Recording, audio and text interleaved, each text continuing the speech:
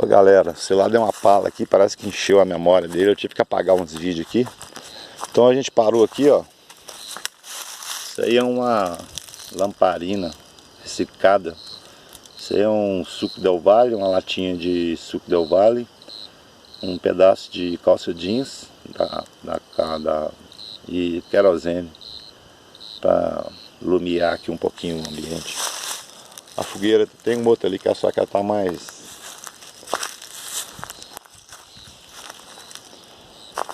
tem mais querosene aqui se precisar. Velho, o negócio é o seguinte, a fogueira já passou o time um pouco.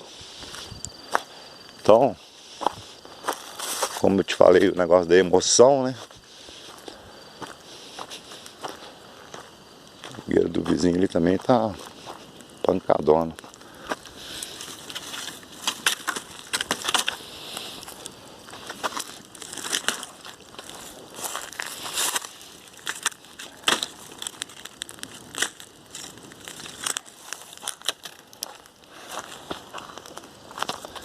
Uma alimentadinha nela aqui. Vou pegar mais lenha, né?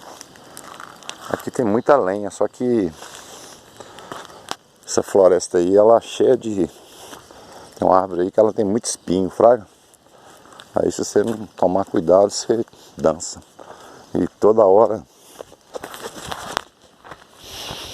Mas até agora eu não vi nenhuma tartaruga, ó, quer dizer, tartaruga. Até agora eu não vi nenhuma onça parda, nem nada, nem cavalo eu tô vendo de noite. O cavalo deve dormir, né? Nem mosquito, né? Porque aquele largados e pelados, e o povo sofre com os mosquitos, né? Não tô vendo nem mosquito nessa porra aqui. Tem uns aí, tem um pequenininho aqui, mas aqueles mosquitinhos chatinhos não tem não. De dia tem mais mosquito do que... Eu ainda não fui lá no riacho à noite não. O vizinho tá aí, um vizinho aí também. Mas minha geladeira é lá, fraga. Eu deixo minha água lá no riacho.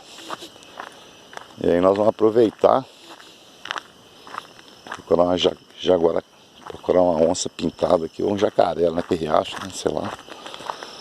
Pôr um pouquinho de emoção nesse